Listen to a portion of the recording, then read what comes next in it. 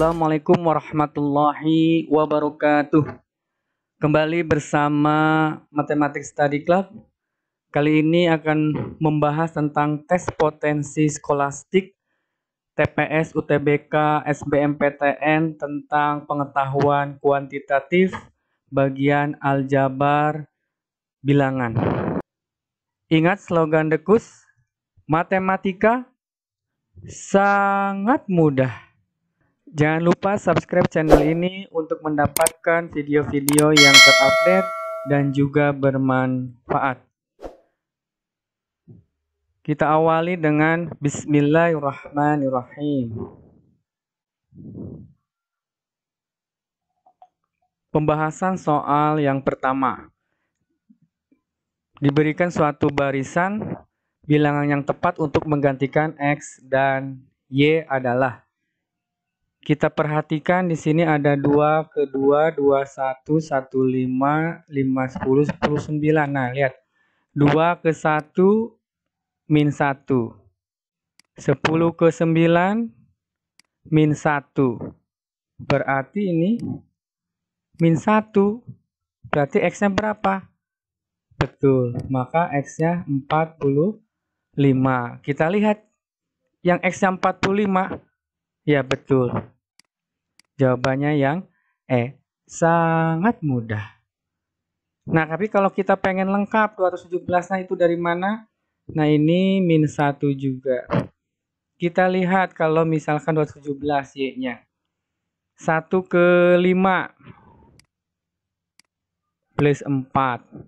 9 ke 15 plus 6. Plus 8. Berarti ini harus plus? Betul. Plus 10. 207 ditambah 10. 217.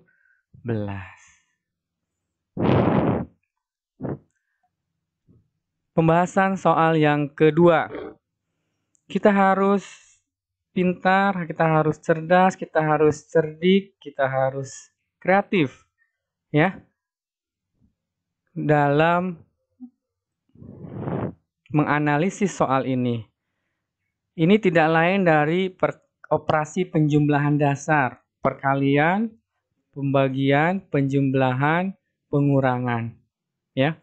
Oke, kita lihat yang pembahasan soal nomor 2. Karena kita lihat hasilnya yang dalam kotak itu bilangannya besar, maka kemungkinan prediksi kita adalah perkalian. Kita coba 11 kali 6.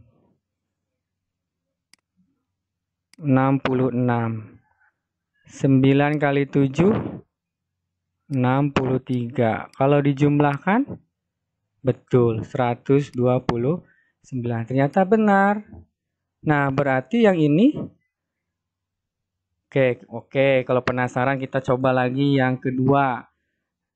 23 kali 9. Betul, 207. 8 kali 5. 40. Dijumlahkan 247. Ya, berarti perkalian. Berarti ini sama. 10 kali 14, 140. 7 kali 4, 28. Kalau dijumlahkan, 168. Bagaimana? Sangat mudah.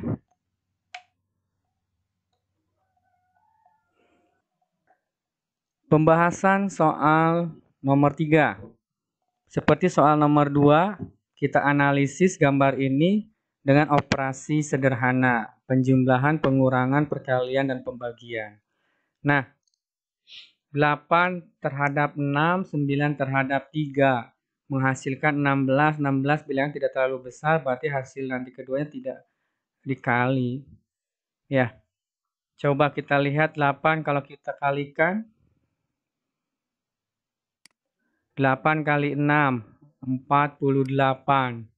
Nah, 48 terhadap 16, oh ternyata dibagi. Berarti ini dibagi. 9 ke 3, ternyata dibagi juga.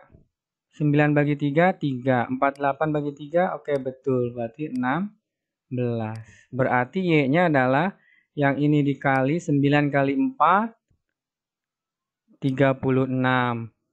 Nah, ini dibagi 8 bagi 2, 4. 36 bagi 4, 9. Jadi Y-nya sama dengan 9. Adakah? Ada. Bagaimana? Sangat mudah. Kita lanjut pembahasan soal keempat. Diketahui operasi bilangan didefinisikan. Kurung AB sama dengan B kuadrat ditambah A kuadrat min 2AB. Nah, ternyata ini kalau kita sederhanakan, kurung AB itu sama aja dengan B min A kuadrat. Betul. Nah, diketahui kurung PQ sama dengan 16. Berarti P min Q kuadrat sama dengan 16. P min Q plus minus 4. Yang dicari adalah selisih. Selisih adalah P min Q. Jadi jawabannya plus minus 4. Adakah? Bagaimana? Sangat mudah. Pembahasan soal nomor 5 hampir mirip dengan yang soal nomor 4. A omega B didefinisikan oleh 5A plus 3 kali 2 ditambah B dikurang 6. Diketahui A omega B sama dengan 85. Yang memenuhi yang mana? Oke, A omega B-nya kita sederhanakan. A omega B kita kalikan dulu, sederhanakan. 5A kali 2, 10A ditambah 3 kali 2, 6 ditambah B min 6. Sama dengan 10A ditambah B. Diketahui A omega B-nya berapa? 85. Nah, 85 berarti 10 kali 8 ditambah 5. Oke. Jadi A-nya 8, B-nya 5. Yang memenuhi?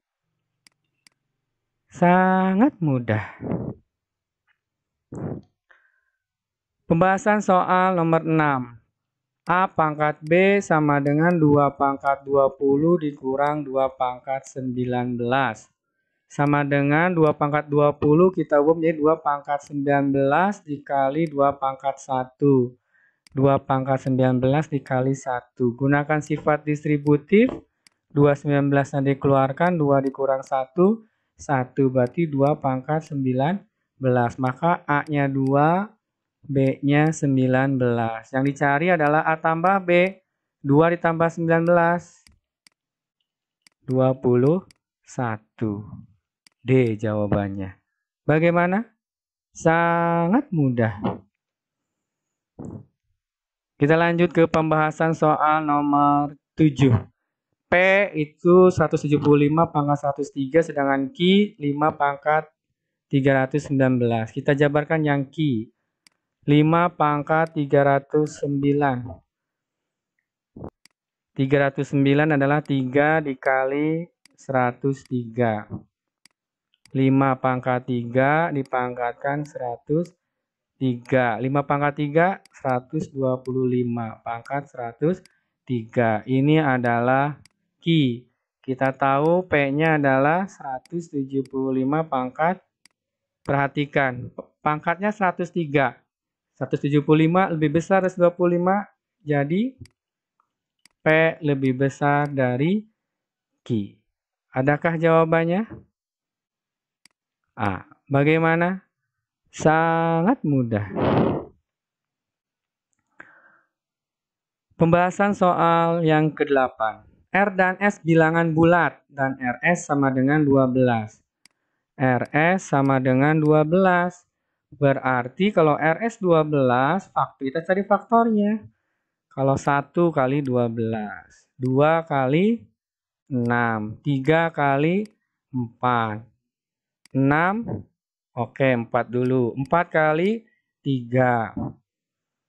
6 kali 2. 12 kali 1. Nah, ini pasangannya. Pasangan untuk R kali S. Putuskan apakah pernyataan 1 dan 2 berikut cukup untuk menjawab pertanyaan tersebut. R per 6 adalah bilangan bulat. Lihat R-nya. Nah, kalau ada pernyataan R per 6 bilangan bulat, berarti R-nya 6 dan 12. Kalau R-nya 6 dan 12, maka S-nya pasangannya ini. S-nya berarti langsung diperoleh. Ya, tapi karena pertanyaannya adalah R, berapa kali nilai R, maka R-nya dapat 6 dan 12. Jadi, pernyataan pertama bisa, hanya pertemuan pertama itu bisa menyelesaikan. Pernyataan kedua, S per 2 adalah bilangan bulat. Nah, kalau S-nya yang menyatakan bilangan bulat, berarti S-nya bisa 12, bisa 6, bisa 4, bisa 2. Mengakibatkan R-nya 1, yang ini R-nya 2, R-nya 3, R-nya 6. Ya, ternyata hanya dengan pernyataan 2 pun R dapat diketahui. Jadi jawabannya yang mana? A, B, C, D, E. Yang D. Pernyataan 1 saja cukup untuk menjawab pertanyaan dan pernyataan 2 saja cukup. Jadi salah satu pernyataan cukup. Bagaimana? Sangat mudah. Pembahasan soal yang nomor 9. P kali Q sama dengan 18 dengan P dan Q bilangan bulat positif. P kali Q sama dengan 18. Dia bilangan bulat positif. Sama cari kita faktornya. Kalau ini 1 kali 18. 2 kali 9. Kalau 3 kali 6. Kebalikannya. 6 kali 3. 9 kali 2, 18 kali 1. Nah, ini pasangan perkaliannya. Yang dicari adalah nilai maksimum dari P plus Q plus 7. P plus Q plus 7. Cari yang maksimum. Lihat aja, cari aja yang P plus Q-nya maksimum. 18, 1, tambah 1, 19. Iya, jadi yang 1 dan 18 atau 18 dan 1. 19 tambah 7. Adakah? Bagaimana? Sangat mudah. Pembahasan soal yang ke-10. Bilangan bulat A dan B memenuhi 2A ditambah B sama dengan 13. 2A ditambah B sama dengan 13. Manakah pernyataan berikut yang bernilai benar? A plus B genap. Nah, karena ini berhubungan dengan bilangan bulat, ada genap, ada ganjil, perhatikan. Bilangan bulat, 2A, ini pasti genap. 2A. Nah, kalau 2A genap, maka A-nya bisa genap, bisa juga ganjil. Jadi, belum tentu genap, belum tentu ganjil, karena bisa dua-duanya. Maka A ganjil salah. Ya. Nah, namun kalau 2A genap, sedangkan ini ganjil 13 itu, maka mengakibatkan B ini harus ganjil. Jadi, yang 4 benar. Karena sudah 3 saja salah, pasti yang lain pun salah. Jadi, hanya 4 yang benar. D. Bagaimana? Sangat mudah. Pembahasan soal nomor 11. A kuadrat tambah B kuadrat sama dengan 2. A kali B sama negatif 1. Maka A min B sama dengan. Nah, karena ini ada bentuk kuadrat, maka kita A min B kita kuadratkan. A min B kita kuadratkan, hasilnya adalah A kuadrat tambah B kuadrat dikurangi 2AB. A kuadrat tambah B kuadratnya sama dengan 2. A kali B-nya negatif 1. 2 tambah 2, 4. Maka A min B sama dengan, hati-hati. A min B-nya karena ini bentuk kuadrat sama dengan 4, bukan hanya 2. Ingat, pilihan gandanya ada B, 2. Bukan, tapi plus minus. Ya, hati-hati di sini ya. Plus minus 2. Min 2 dikuadratkan 4. 2 dikuadratkan 4. Jadi jawabannya D. Bagaimana? Sangat mudah. Berikutnya pembahasan soal 12. A kurang sama dengan B. A kuadrat AB. Nah, berarti ruas kiri ruas kanan dikalikan dengan bilangan yang sama. Kita kalikan dengan A. Maka menghasilkan A kuadrat kurang sama dengan AB. Apakah betul seperti ini? Betul. Jika A-nya lebih besar 0. Ya, jika A-nya lebih besar 0. Namun kalau A-nya kurang dari 0, ini kita ruas kiri ruas kalikan A, tanda berubah. Kurang sama dengan menjadi lebih besar sama dengan. Nah, berarti tidak ada kepastian ya. A kuadrat kurang sama dengan AB, A kuadrat lebih besar sama AB, bisa dua-duanya terjadi. Ya, bisa tetap tanda lebih kecil, bisa lebih besar. Jadi, bisa P lebih besar Q, bisa P lebih kecil dari Q, bisa P sama dengan Q. Ya, jadi karena ini belum memenuhi semua, jadi yang jawaban yang paling tepat adalah yang D. Informasi yang diberikan tidak cukup untuk memutuskan salah satu dari 3 pilihan di atas. Apa yang harus diberikan salah satu contohnya? Ya, misalkan harus diketahui A-nya. Misal A-nya lebih besar dari 0 atau A-nya kurang dari 0. Paham ya? Bagaimana? Sangat mudah. Berikutnya pembahasan soal tentang bilangan yang ke-13. ABC adalah bilangan bulat positif kurang dari 35 yang habis dibagi 5.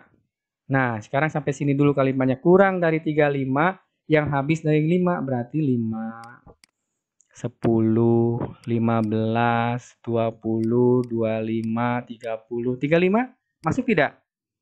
Hah? Tidak. Kenapa tidak? Kurang dari 35, di 35-nya tidak masuk.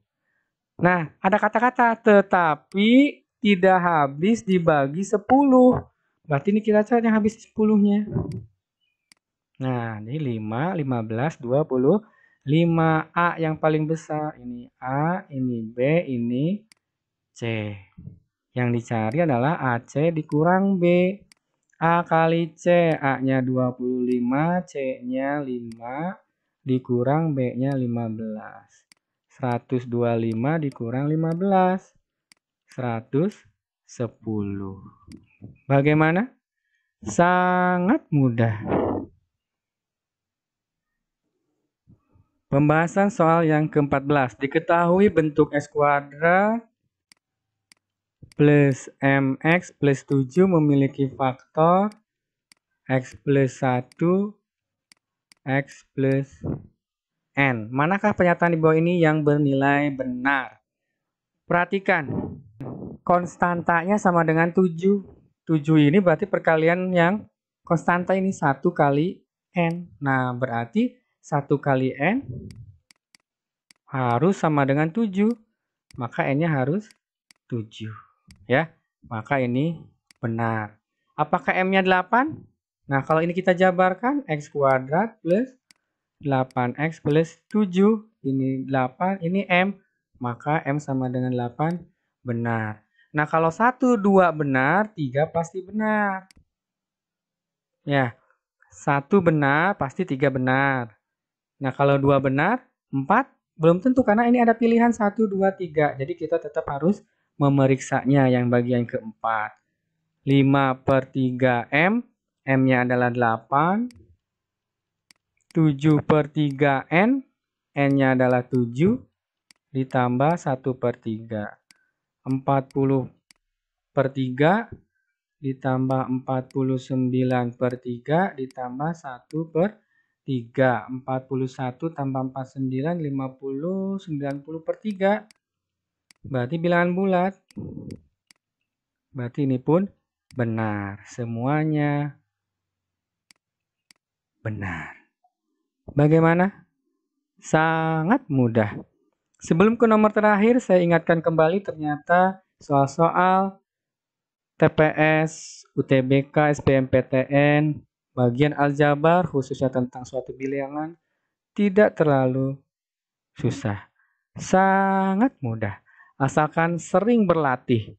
Asalkan sering berlatih, harus tetap istiqomah, berlatih, dan berdoa. Gitu ya. Allah bisa karena biasa. Kita masuk ke soal terakhir. Ini bentuk sederhana dari atas bentuk kuadrat, bawah kubik. Berarti kita tinggal disederhanakan. 3x min 3x kuadrat, x pangkat 3 plus x. Sama dengan ada 3x, ada 3x. 3x-nya kita keluarkan distributif. Jadi 1 min x. X-nya kita keluarkan, x kuadrat min 2x plus 1. Oke. Nah, ini sudah ada 3x-nya. Ini ada x, ini ada x. X-nya bisa saling menghilangkan. 1 ya. Nah, ini 1 min x supaya nanti sama dengan pemfaktoran di bawah adalah x min 1, x min 1. Maka yang ini kita kalikan min, jadi x min 1. X min 1 bagi x min 1, 1. Jadi jawabannya min 3 per x min 1. Atau kalau tidak ada pilihan gandanya, ya, berarti 3 per 1 min x. Kita kalikan negatif. Masih atur atas dan bawah. Pembilang dan penyebut. Kita kalikan negatif. Adakah jawabannya? B. Bagaimana? Sangat mudah. Alhamdulillahirabbil alamin. Terima kasih, semoga bermanfaat. Assalamualaikum warahmatullahi wabarakatuh.